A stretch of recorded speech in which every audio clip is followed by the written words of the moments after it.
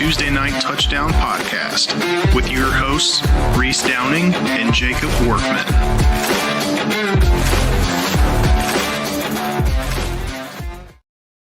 What is up, everyone? Tuesday Night Touchdown Podcast, NCAA edition, going into week 4 already. Joining, as always, co-host Reese Downing. Reese, what's going on? What's going on, brother? How's it going? Not too bad, not too bad.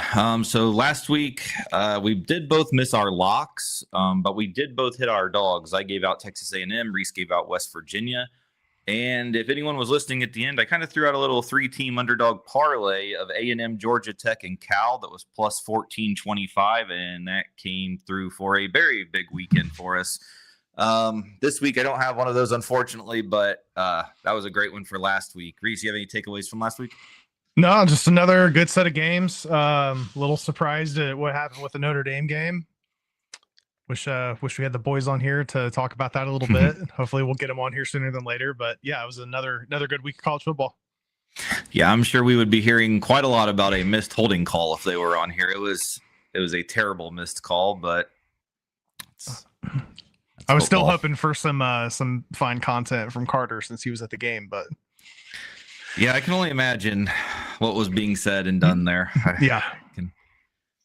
So top 25 results from last week. Ohio State played Ohio. Ohio State won 37-9. Penn State beat Villanova 52-6. LSU beat Florida 20-10.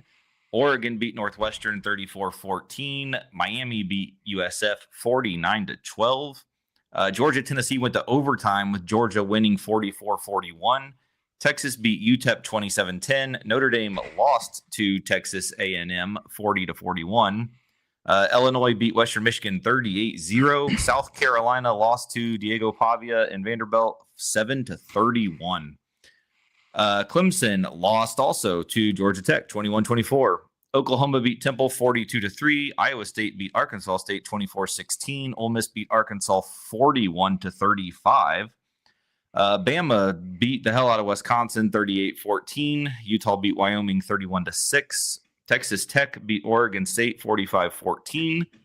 Michigan beat Central Michigan 63-3. Auburn beat South Alabama 31-15. And Missouri beat Louisiana 52-10. So for the top 25, the number 8, 11, 12, 15, and 18 teams all lost last week. Let's go Clemson. Dabo had quite the fiery speech today. He had. I don't know how people are going to respond to it. They're going to take it in a good way or bad way, but I'm sure the team will love it. So coaching news, UCLA's Deshaun Foster, he was 5-10 overall. He has been fired before the school even started class. They don't even start class until Monday, the 22nd. So they have lost a coach before school even started, which is pretty impressive. Vatek, Brent Pry was fired. He was 16-24 overall. UCLA, Tim Skipper is going to be their new interim coach. Vatek is going with Philip Montgomery. This does open the portal for both teams now for the next 30 days. And since neither team has played 4 games yet, all the players are still eligible to redshirt. So a lot of craziness probably going to be going on at those schools here in the next few weeks. Yeah, just starting with Deshaun Foster, I think he was a little out of his element from the beginning. If you look at like that opening press conference where he told reporters he's like UCLA is in LA with USC, like he just felt like he was a little bit out of place. And I know he didn't get much time, only 15 games.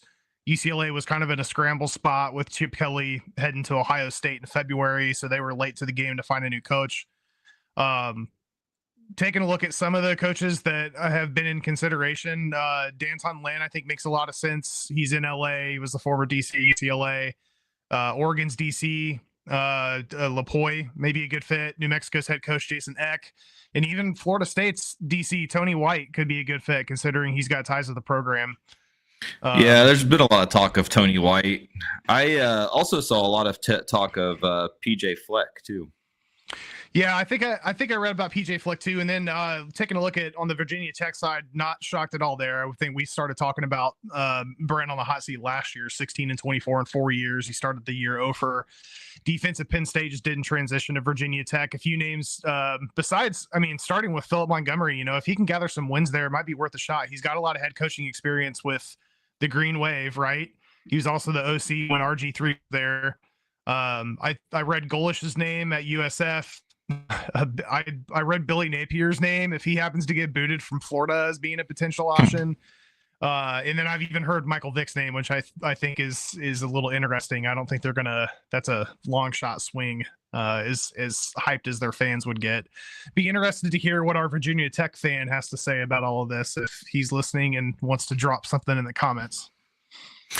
Yeah, definitely. I'm sure he'll at least give us a comment. I don't know if he listens live or not, but yeah, I am interested to hear what Mr. Vatek would have to say about who he wants at least for their next coach. I know just a few things I saw were Beamer and JMU's coach, and then the other one for UCLA was Jonathan Smith for Michigan State. So yeah. We'll see what happens there. Obviously, we've got a long way to go and a lot of roster movement going to be happening there. Well, I see. I'm going to be interested in who's going to be the next coach. Is it going to be Gundy? Is it going to be Napier? Is it going to be Luke Fickell? Tony Elliott of Virginia. His seat's awful hot right now.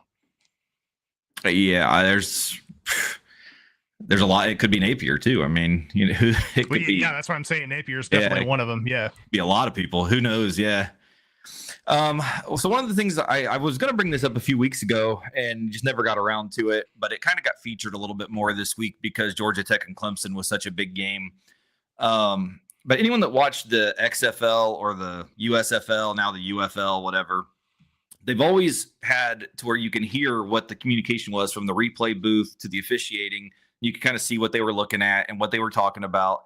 So the ACC, which I don't understand why all of college football and all of the NFL at every level of football that has this capability, we should get this access because this is important stuff. I'm going to show you a little example for the people that didn't see it of what exactly they are doing now for right now, currently just the ACC. We were looking at replay. I mean, he has it through the ground, so I'm not worried about that. No, it's this action that he's fiddling with the ball. I'm looking at program A. Hey Todd. B. Yes, hey Adam. This is Adam. The ruling on the field is a touchdown. Yeah, I'm gonna show you two shots. I'm gonna show you the handheld. This is the handheld right here, and you can see he's got a body part down, but his ball is pinned against his lower leg right there with the tops of his hands. Keep going. And then he's out there, right? And then he's still fuddling with that ball. Okay, on that shot right there. And then he gets control, but he's clearly out. Do you see a loss of control with a foot in the white? I don't think he has control there. I agree with you. You can see this that we don't believe he has control at all. By the time he has control, he's out of bounds. Yeah, he's way out. Hey, take a look at high end zone real quick. High end zone, all right. Not C. Go to multi. No. Go to A. High end zone. Never lose the ball. Lose the ball there. Guys, I've got enough on that sideline shot to show no control, incomplete pass. I would agree. Okay, so after further review, the pass was incomplete. It's going to be second down at the 2-yard line on the left hash. Yes, Clock is good. Second and goal at the 2. Yes. Okay, Thank you. Thank you. All right, thanks. I say this as someone who's called this game for about 3 hours. That's better than anything I ever said.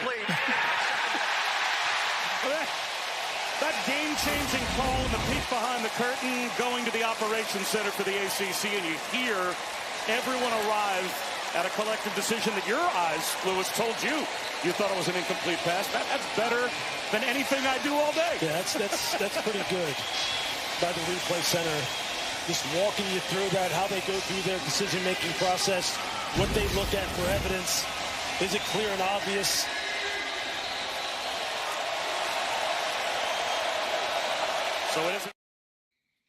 So that was just a little example. And like I said, the XFL, the USFL, now the UFL, they've been doing it for a couple of years. And I'm so glad that a real conference like in college football has finally decided to do this. It's perfect. Like we just need more of this all across the board. The only thing that I would say we still need to add in is, and this is probably more NFL than college just because of the replay differences, but in the I can't think. I think it's called the UFL now, that merge league. They still give the coaches the ability one time a game. It's only one time to challenge literally anything they want. Like it can be a face mask penalty, a pass interference, literally anything. They can challenge it on just one random thing, and it can be overturned and changed. And that's one thing that I still think needs changed. If we can add that in, I think we're almost at like a perfect system. Yeah, I love it. Being able to, have kind of like a under the cover look at how they're discussing it. They could just show the video play and have the commentators speak over top of it, but the fact that they're letting you in to be able to listen to the conversation that's happening up at the booth, it makes a ton of sense. We're in 2025. There's so much technology for us to be able to make sure that calls get right. And to that point, that the being able to challenge any call that happened in the NFL side, but in the Cowboys game, early in the game, there was a call that they had that was not possible to be reviewed. And if it would have been reviewed, it would have been overturned. So I just don't understand why we don't leverage that technology more. Same thing goes with the spot of the ball. Like there's no reason that there's not technology in place for them to be able to get the exact spot. Because sometimes the spots that you see are just absolutely atrocious. Yes. So yeah, hopefully more conferences adopt this, and I don't want to just see this in college football and NFL. Like, there's use cases for technology in baseball and things like that too. So I love the fact that this stuff is getting adopted. Yeah, and it's almost like a why wouldn't you? Like, it lets you so much more. Like, it eliminates a lot of the bullshit with it. Like, how could they possibly have made that call and stuff like that? Like, with that going on, you can like if there's not a camera angle where they can see, then they're going to be like, hey, there's nothing we can see. Like, this is what we have. So clearly that will answer everyone's questions too. Like it eliminates the bullshit. So I don't know. I think it's awesome. As obviously the ACC is the conference I pretty much watch the most, being a Florida State fan. So I've been seeing it all year, but it's a nice change. I love it. I think that they're doing right with that. Little just special news here from Indiana this last week. Fernando and Alberto Mendoza, they went 25 of 29, 374 passing yards, 8 total touchdowns. It was the first time in FBS history that brothers have thrown multiple touchdowns in a game for a single team. That's just a little cool news and note there out of IU. Yeah, looking this up, I didn't realize that 10 years ago, Brandon and Austin Allen had both thrown a touchdown for Arkansas. So I thought that was kind of cool. But when you first sent me this note today, I was like, why are we talking about the Menendez brothers? And then I took a look at it again. I was like, Mendoza. Okay. Yeah. And there's a chance. Yeah. The Allens just didn't have multiple. That was the difference with them. But next year, both Raiolas will be at Nebraska. And actually right now, both Iamaliavas are at UCLA. Not that I think they're ever going to have a chance of hitting that this year, but the Raiolas next year, I could see possibly having a chance. I don't know exactly who the shittier teams on their schedule are next year to see if it's something that could be done. But moving on, plays of the week. I had to narrow it down. I had a ton. There was probably at least 6 or 7 more I could have put on here. We're going to start out with this. This one's just hilarious. Like, I'm just going to let you watch it. It speaks for itself. 1st and 10 from the 12. Misdirection. The running back, Double Evans, pass. Throwing it. It's a lollipop. Ward catches. Touchdown, Samford. You're going to see this. They're going to fake the run. They're going to throw this fake screen. And then the receiver, number 18, Torrey Ward, does a great job selling it. Faking the block on the screen and then going back. You talked about it, James. Lollipop ball. That ball was in the air forever. He had to go out there and catch. So how they ever decided to throw a pass with that guy, I'll never know. How many times did they run that play in practice? And they're like, yeah, this guy looks good. Yeah, and what was even better was number 4, the more inside receiver, was wide the hell open, but that guy couldn't have made that throw if his life depended on it because that was an extra 5 yards. That ball might have touched the clouds before it landed. That was ungodly. Yeah, you usually hear about quarterbacks throwing darts. That was a lawn dart is what that was. Yeah, that one got touched from God. That thing was it was up there. Next, we have Arizona State. So a couple things to watch on this play. One, my boy Sam, watch how he throws this ball, and then Tyson, once he catches it, just beautiful work to get in the end zone. Malik Brown takes his turn. Off play action. Levitt's playing Frogger back there. got it! Outrageous!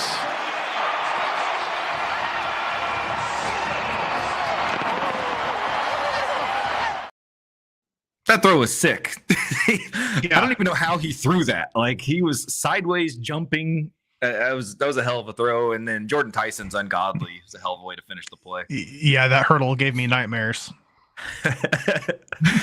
There was actually in the Steelers game, I think it was Warren. He hit quite the hurdle, and it made me think of what I do to you in the video game. Next, we got two highlights coming up next from a game that you probably never thought you would see a highlight ever from, the Purdue USC game. First, I'm going to show this Purdue touchdown, and yes, Purdue fans, this probably is what it takes for you to score this year. Of USC. Etching good calls from D. Corden, offensive Corden. There's a double pass coming up. Jackson trying to get it back. Gentry almost intercepted it now. On a one-hopper, Brown's got it. And he's in the end zone.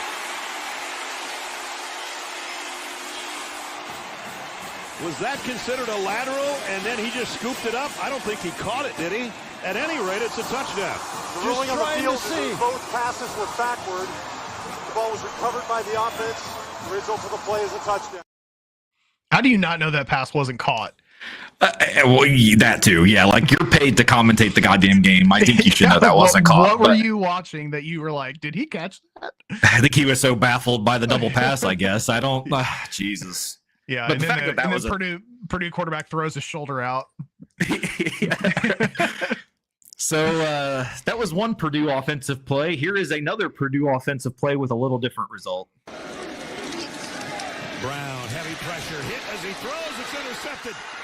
Picked off by Jamal Jarrett, the big guy, rumbling his way. He's going to take it all the way for a touchdown, USC. 360 pounds, lumbering 70 yards for the touchdown. I bet that felt like 200 yards for him. Yeah, it was ultimately from the secondary, Kamari Ramsey, number 7, that gets the big hit and pops the ball into the air. Right here is the guy that makes the play on Ryan Brown. Then that ball pops out. Free run, puts it up in the air. This is a dream come true. And then there's nobody that can catch him. Even though he runs a 5'6", 5'8", 40, there's nobody there. 70. I love the shove at the end. The shove at the end. Yeah, get it done, big fella. I love too when the announcer goes, "This was a dream come true." And one last play of the week for the Notre Dame fans. Sorry to make you relive this one. Always falling forward and getting positive yards. Craver, the motion man on 2nd down and 6. Fake it to Moss on the run. It's Craver out of the backfield. He's got a lot of speed down the sideline. Craver still going. Oh, Mario Magic. Touchdown. 86 yards on the catch and run.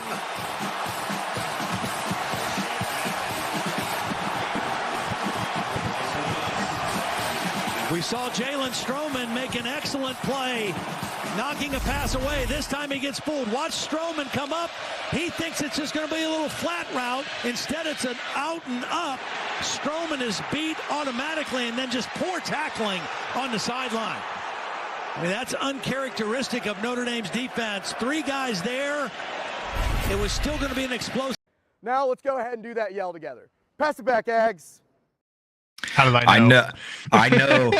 I know that some certain people are really loving that. I'm a little disappointed that Qua Ashley's 43-yard touchdown run, Ball State versus New Hampshire, didn't make the highlight reel this week. Yeah, well, I don't know if Ball State's gonna make plays of the week at all this season. We'll see. We'll see. We'll see. They might. So that's it for plays of the week. Like I said, I had about 30 more. There was a ton of good ones this week, but that's it. So let's get into week 4 picks. We're kicking it off with a good one. Sure that the Mighty Mormons love that they're doing a 10 a.m. kickoff local time for this one. Number 17, Texas Tech is going on the road to number 16, Utah. Utah's a 2.5-point favorite at Rice-Eccles Stadium in Salt Lake City. 57.5 over under Saturday at noon on Fox. Yeah, we'll see if Utah being at home helps here with it being as early as it is. I think whoever comes out of this game likely solidifies himself as a Big 12 favorite. Morton's been slinging it so far this year, leads Big 12 in passer rating, but they haven't really played a team quite as talented as the Utes. Dual threat Dampier's been a stud in his own right. First time these two teams have played since 1973, so that should be a fun one. I think the timing of this game is just possibly going to throw Utah off a little bit. I'm going to roll with Tech here in the points. I'm going with our Big 12 rule here. I will bet the home team, especially when that home team is Utah. That's not the last couple years, because I think Utah is back. I'm going Utah minus the 2.5 here. UAB is going on the road, number 15, Tennessee. Tennessee's a 39.5-point favorite at Neyland Stadium in Knoxville, Tennessee. 69.5 over under Saturday at 12:45 on the SEC network. And Vols coming into this one after a tough loss against the Bulldogs at home, but they shouldn't have that much of a hangover here against a team that's averaging like 36 a clip to Alabama State, Navy, and Akron. Big spread here, but I'm going to take Rocky Top here minus the points. Yeah, I'm on Tennessee also. I mean, that was a hell of a battle last week. Realistically, probably should have won. But I think they rebound against a team that's not that great. We got a civil war going on. Oregon State is going to number 6, Oregon. Oregon's a 35.5-point favorite at Autzen Stadium in Eugene, Oregon. 55.5 over under Saturday at 3 on the Big Ten Network. And Ducks have won the last 2 in this one by just under 30. Oregon State's 0 for right now. They're giving up almost 40 a game. I expect the Ducks to use this as a little bit of a tune-up game for their showdown next week against Penn State. So let's go Puddles here minus the points. Yeah, Oregon State is straight ass. So I'm on Oregon minus 35.5, even in a rivalry game. Yeah, I'm looking forward to this one. The team I've said is pretty much the worst team in college football for the last 4 years. Kent State is going on the road to number 7, Florida State. First off, number 7. How do you fucking like that? 45.5 is the line at Doak Campbell Stadium in Tallahassee, Florida. 55.5 over under Saturday at 3:30 on the ACC network. Yeah, Knowles are looking great so far. They're averaging 54 a game. Now they go up against one of the worst defenses in the nation, a team that just gave over 600 yards up against Texas Tech in week 2. Let's go Chop here to win and cover. Yeah, I'm on the Knowles also. This is just a stay healthy game, please. Just get through it healthy. Number 22, Auburn's going on the road to number 11, Oklahoma. Oklahoma's a 6.5-point favorite at Memorial Stadium in Norman, Oklahoma. 48.5 over under Saturday at 3:30 on ABC. Yeah, huge game here as Jackson Arnold gets a chance to go up against his former team. This game looks more interesting to me than it did in the preseason. Both of these teams are playing a little ahead of expectations. I've gone back and forth on this one. I think Sooners are going to get the W. Vegas is teasing me with the 6.5, but I'm going to go Sooners here to win and cover. Yeah, I'm on Oklahoma also. Obviously, Auburn's been a little better than I thought they were going to be. This is a road game, and I think Venables will have what he needs to have against the Auburn offense. And I'm still kind of riding with Oklahoma a little bit here. They've been impressive to me. I'm very interested to see how these next few weeks pan out as their schedule gets a little tougher. Tulane is going on the road to number 13, Ole Miss. Ole Miss is an 11.5-point favorite at Vaught Hemingway Stadium in Oxford, Mississippi. 61.5 over under Saturday at 3:30 on ESPN. Yeah, one of the best names in college football, Trinidad Chambliss, looked really good last week against the Razorbacks. Green Wave are going to need to show up and show out in this one in Oxford if they want to make a run at a playoff spot. Last time these two played in 23, Ole Miss got them by 7. I'm going to roll with the Rebels here. Yeah, I mean, 61.5 is, to me, it seems kind of low for these two teams, to be honest. These are usually two high-scoring teams. I actually like Tulane to keep this one under 11.5. I'm going to be on Tulane in this one, even though it is a tough road spot. Number 21, Michigan's going on the road as a 2.5-point favorite to Nebraska at Memorial Stadium in Lincoln, Nebraska. 45.5 over under Saturday at 3:30 on CBS. Underwood looked pretty decent last week, albeit against Central Michigan. On the flip side, Rayola's been protecting the ball, shows some improvements over the last year. Got a couple 5-star quarterbacks here, so it should be a good one. But Michigan's won the last 2 in Lincoln. I think they're going to make it 3 here. I'll go with Michigan. Yeah, I'm on Michigan also. Biff's got another game as head coach. And, I mean, for Rule, I think this is a huge game for Nebraska. I think this is a prove-it game for him. Michigan's not as good as they've been. I think this is a situation where they could really make some noise in Nebraska, but I just am not bought into that team yet, and I'm really honestly not bought into Raiola either. So I'm on Michigan. Purdue is going on the road, number 24, Notre Dame. What a absolute fucking joke that this team is ranked. Number 24, Notre Dame is a 24.5 point favorite at Notre Dame Stadium in Notre Dame, Indiana. 54.5 over under Saturday at 3:30 on NBC. And Notre Dame with their first 0-2 start since 22 when they started the season with losses to Ohio State and then Marshall. A little surprised this team is ranked, as you just said, but they've played some tough teams to start the year. Either way, last year they laid the wood on Purdue 66-7. This year's Boilermakers somehow are finding the end zone on occasion. I just think this... We saw how. Yeah. Yeah. And Notre Dame's going to get the W here, but I'm a little worried about this 24.5. I am going to take Purdue here in the points. Oh, no. Well, we're never going to hear the end of this because I had Purdue also. Oh, God. Oh, no.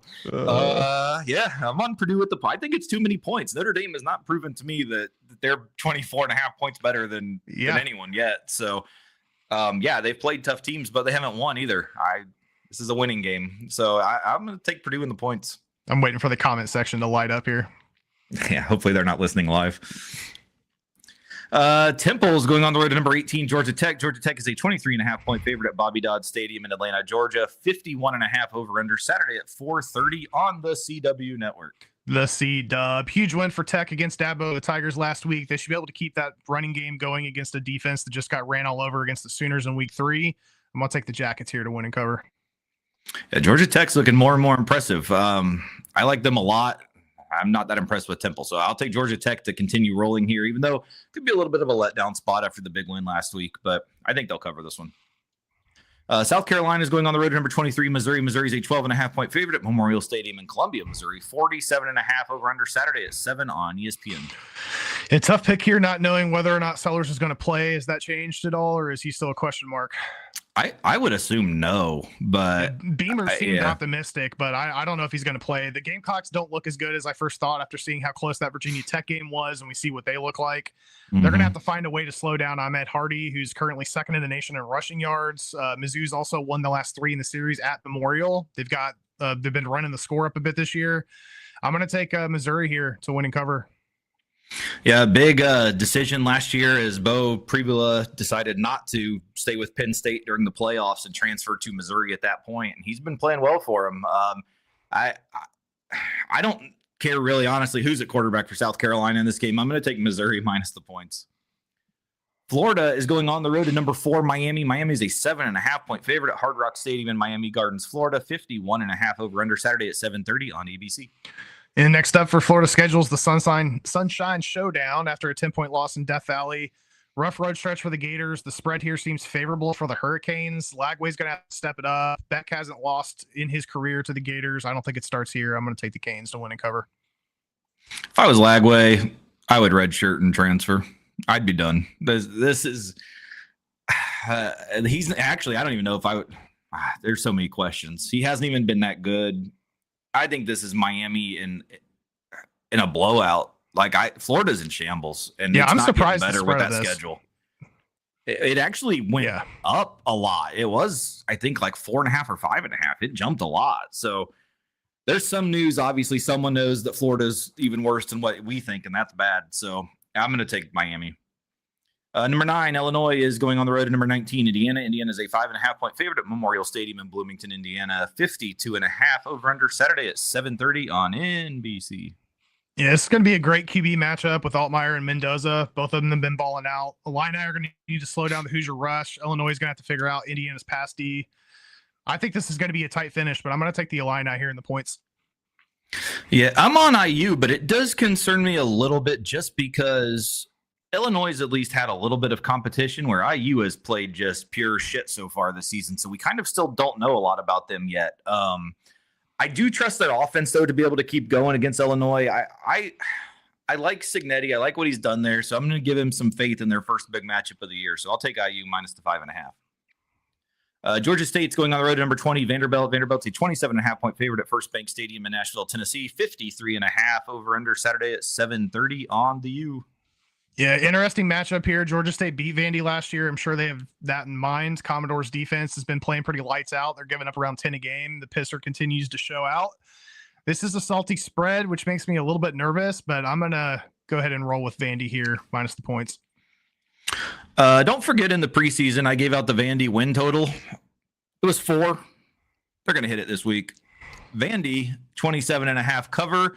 And I don't know if you saw the game, but Theo Vaughn gets to go on a date with the Pistons mom, which is awesome, absolutely hilarious. Southeast Louisiana is going to number 3 LSU. We don't have a line for that, so we'll just play this while we do this. All right, so that's what we get for LSU this week. Sam Houston's going on the road, number 8 Texas. Texas is a 40.5-point favorite at DKR Texas Memorial Stadium in Austin, Texas. 51.5 over/under Saturday at 8 on ESPN Plus and SEC Network Plus. Yeah, I keep hearing that this is the game that Arch is going to finally figure it out, but Texas is not covering these large spreads. I know Sam Houston has a 1 a game, but they've been finding the end zone. Until Arch proves otherwise, I can't trust him, so I'm going to take the 40.5 here. I'm the same way. I'm on Sam Houston also. I have no trust in this game. And we've got to be coming up on the Red River Shootout. I don't know. Usually it's within these next couple of weeks, so it's got to be very soon. And the way Texas looks right now, they need to get things fixed quickly. Yep. Michigan State is going on the road to number 25 USC. USC is an 18.5-point favorite at Los Angeles Memorial Coliseum in Los Angeles, California. 56.5 over/under Saturday at 11 on Fox. Yeah, Big Ten's got some really solid QBs this year, but Jaden's been one of the best. USC's only behind Texas Tech in points per game so far this year. It's also an 11 p.m. game for Michigan State, which I think is a factor. I think that USC is going to force Childs into some turnovers. I'm going to go Trojans here minus the points. Yeah, I actually, Jonathan Smith and Aiden Childs were in the old Pac-12 with USC. So I think they can cover. I think they can keep this closer than a lot of people think. I think this is going to be a really good game, actually. So I'm on Michigan State to cover, not to win, though. So that will wrap up our top 25 picks of the week. It is time to go to the wonderful Muncie 6-pack, where we will kick it off with Syracuse going on the road to Clemson. Clemson's a 17.5-point favorite at Memorial Stadium. Pretty sure it's like the 9th Memorial Stadium in Clemson, South Carolina. 55.5 over/under Saturday at noon on ESPN. Yeah, these guys didn't play last year, but Syracuse has covered 3 of the last 4. That includes 3 games at Clemson.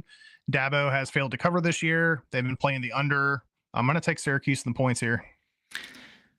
Yeah, I was on Syracuse until Dabo today. I think that might be enough to get the team ready. Dabo, if you didn't see it, Dabo basically came out and he was like, talk all the shit you want. Get rid of me if you want. I'll go somewhere else. I'm not going to the beach, but I'll win wherever I go. He goes, we've won the league like 8 out of the last 10 years. If that's not good enough, then get rid of me. So he basically came out and was talking all kinds of shit. I know the fans aren't really that pleased with him in the way that Where's Tyler? Yeah, we need the Tyler from Spartanburg. He probably canceled that show after that because he's a big jackass. But I just think Clemson, it's kind of do or die at this point with 2 losses already. So I think they've got to come out and put on quite a performance if they want to have a good year. So I'm going to be on Clemson to cover here. North Carolina is going on the road to, as Bill called them, Central. Central is a 6.5-point favorite at FBC Mortgage Stadium in Orlando, Florida. 47.5 over/under Saturday at 3:30 on Fox. Yeah, UCF is coming off a bye here. We'll see if Scott Frost has got the Knights ready for this game. UNC's looked a little better since the TCU showdown, but I'm going to take the Knights here minus the points. Yeah, I'm actually on North Carolina. I'm kind of interested to see Belichick versus more of like the gimmicky college offense like Scott Frost. So it's kind of an interesting X's and O's battle here for this one, but I'm going to take North Carolina to get the cover in this one. Mighty Ball State is going to be on the road facing UConn. UConn's a 21.5-point favorite at Pratt & Whitney Stadium in East Hartford, Connecticut. 52.5 over/under Saturday at 3:30 on the CBS Sports Network. Yeah, I got the win, albeit against New Hampshire last week. Back-to-back covers for the Chirps after the abysmal start to the season in West Lafayette. UConn doesn't really have any home field advantage at Pratt & Whitney either. I'm taking my boys here in the points. I'm going to be on UConn. I have no faith in Ball State at all. They've looked horrendous to me. I don't know. We'll see. Just hand the ball to Qua. That's really what they should do. Their passing is about as good as that Samford pass against Baylor we saw. Yeah. Kelly's. Yeah. West Virginia is going on the road to Kansas. Kansas is a 13.5-point favorite at David Booth, Kansas Memorial Stadium in Lawrence, Kansas. 55.5 over/under Saturday at 6 on the One for Fun. Yeah, the last Memorial of the week here. West Virginia won the matchup last year in a tight one, 32-28, but they'll likely be coming off a bit of a hangover after the big win against Pitt. Kansas has also looked pretty good this season. They're coming off a tough loss against a good Missouri team. I'm going Rock Chalk Jayhawk here. Yeah, I like both of these teams, actually. I really like what West Virginia did to battle back and win that game against Pitt. You kind of think letdown spot here, but I like West Virginia. I'm going to take West Virginia to cover this one. I think 13.5 is too much. The Apple Cup, Washington is a 20.5 point favorite going on the road to Washington State at Martin Stadium in Pullman, Washington. 52.5 over under Saturday at 7:30 on CBS. Yeah, Cougs won. They took the W last year, 24-19 in Seattle. Huskies coming off a bye to prep for this one. I think Washington gets the win. 20.5 just seems a little bit salty for me for this game. I'm going to take the Cougs and the points here, but I do think the Huskies are going to come out victorious. Yeah, I'm actually just on Washington in this one.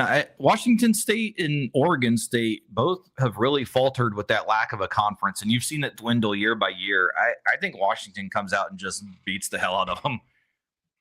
Arizona State is going on the road to Baylor. Baylor's a 2.5 point favorite at McLean Stadium in Waco, Texas, home of Chip and Joanna. 59.5 over under Saturday at 7:30 on Fox. Yeah, good showdown here. A couple good 2-1 teams. I went back and forth on this one. My concern for Baylor is slowing down Arizona State's rushing attack. Baylor's given up almost 190 a game. Sun Devils are one of the better rushing attacks in the country, so I'm going to take the Dilly and the boys here with the points.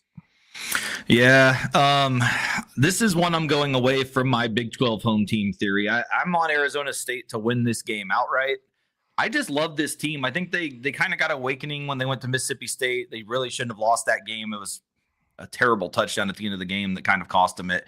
I think Arizona State got the wake-up call they needed. They're ready for conference play, and this team is very good. The winner of this game, if Arizona State can win this game, then the Texas Tech, Utah winner, I think we've got a pretty clear advantage so far, as much as we can give someone for the top of the conference.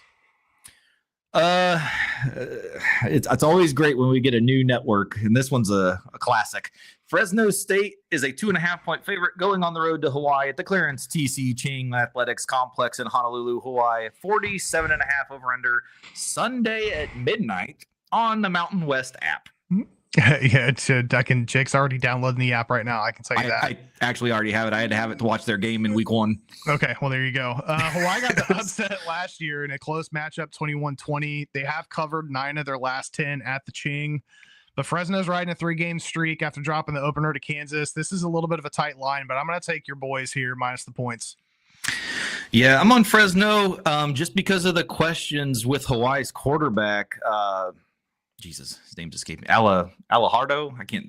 His name's escaping me right now. But he got injured, and we're not sure if he's going to be back playing yet or not. Fresno, after starting kind of shitty, he's kind of been a little bit on a roll. So I like Fresno to get the win and cover on the island. Probably end about 3:30 in the morning on Sunday. So that is going to wrap up our Muncie 6-pack. It is now time for the lock of the week. Lock me in, minus 13.5, Kansas over West Virginia. We have broken the country road. I am on Oklahoma, minus 6.5 at home against Auburn. Like I said, I just really like this Oklahoma team so far. They haven't proven me wrong yet. Mateer, one of the reasons why Washington State has been very bad this year is because Mateer left, and he's very good. Oklahoma's defense has been great. I think Auburn's going to kind of be a similar style to Michigan, what they played against Oklahoma, and Oklahoma fared well in that one. So I do like Oklahoma at home.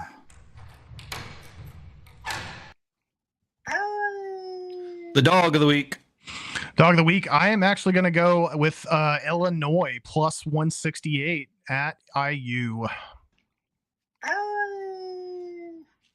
My dog of the week, we just talked about it a few minutes ago. Arizona State is a plus 105 going on the road to Baylor. Give me Dilly and the Devils. All right, so that is going to wrap up our Week 4 pick episode.